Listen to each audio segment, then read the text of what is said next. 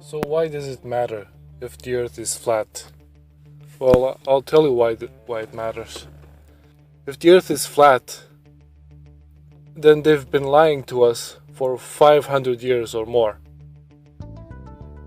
And what effect does that do to lie about where we live on?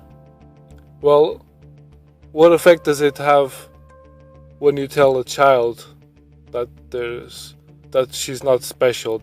What effect does it have when you tell a child that he's not important? It affects them for their entire life. It limits them. It limits their consciousness, their intelligence, their curiosity, their creativity. Yeah, most of you listening are not childs. But think of when you were told that you were living on a ball.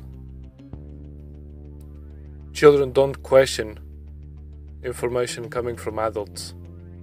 They accept it much more easily. If you would be told when you're young to prove the globe, then that would be different than being told that it is a globe. Because what would happen if a child would ask the teacher, how would he know that it's a globe? First of all, his classmates would ridicule him, would laugh at him, and the teacher would just dismiss the child or just tell him, we have a picture of the globe, we have been to the moon. And you can't really blame the teacher. The teacher is just repeating the information. In school, they don't teach the kids to learn. They teach the kids to repeat information. And the tests that they do for the kids have to just memorize the information. They don't have to understand it. And that's probably one of the biggest problems in society. You grow up being told that you are learning when you are just repeating. The education system is made to make you numb, to demotivate you. But going back to why would they lie?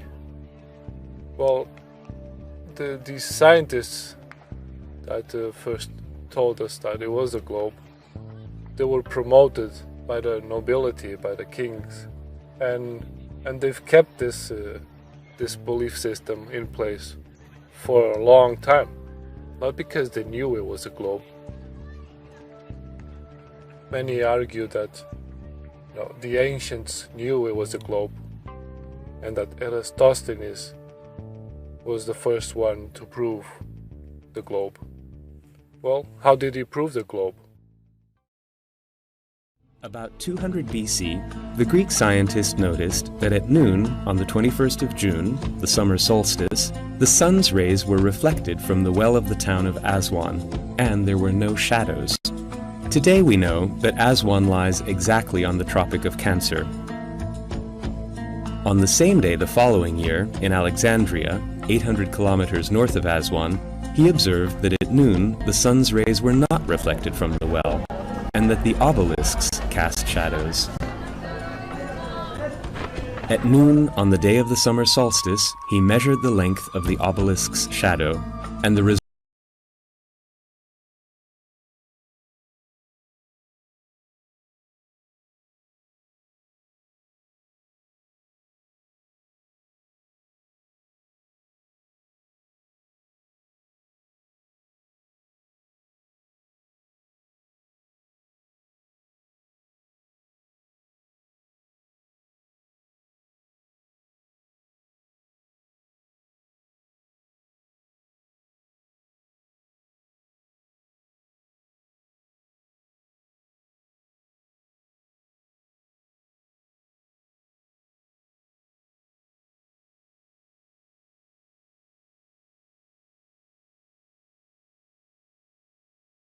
So, he calculated that the distance between the towns was 5,000 stadiums.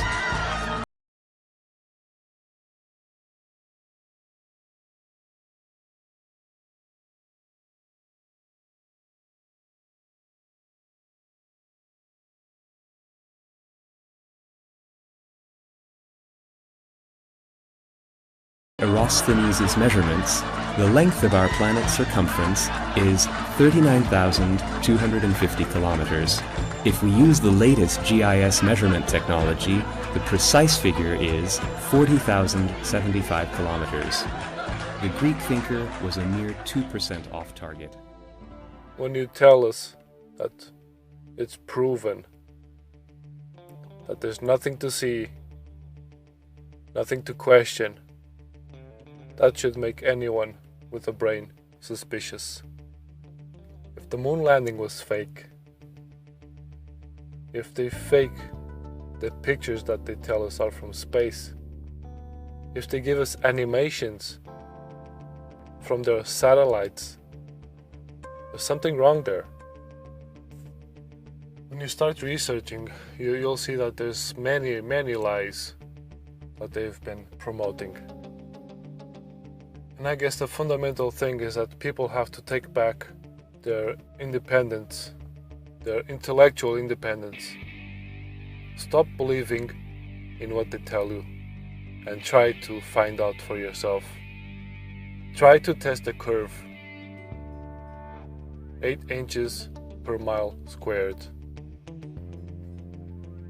Check out high altitude balloons, the videos from the high altitude balloons.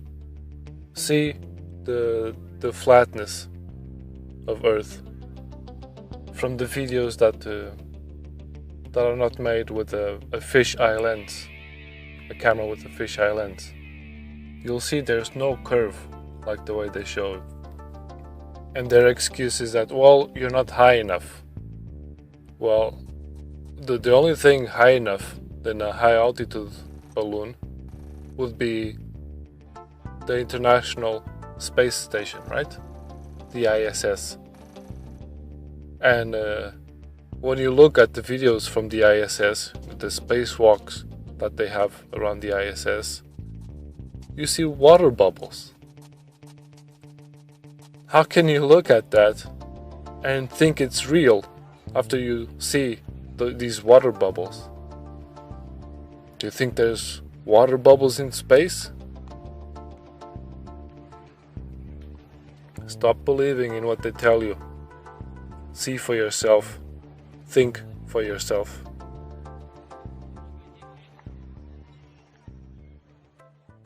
That only the most observant, perceptive, unbiased will figure it out. Bubbles, bubbles, bubbles in space.